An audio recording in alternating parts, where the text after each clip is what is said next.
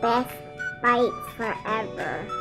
Hey everyone, it's Chef Alicia, and in this video you're going to learn how to make this super easy pizza sauce. I'm starting off here with a 15-ounce can of organic tomato sauce, and I'm also going to add in 6 ounces of organic tomato paste.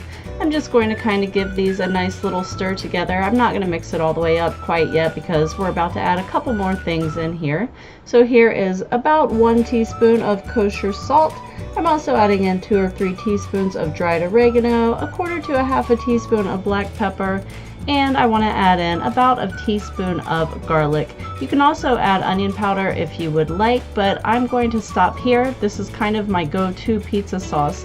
Stir it up until it has a nice even consistency and let it set for about an hour before you put it on your pizza. I'm putting it on my cauliflower crust pizza here. I will leave a link to how to make this cauliflower crust. And see how beautiful and thick it got? It's absolutely delicious, and it was that easy.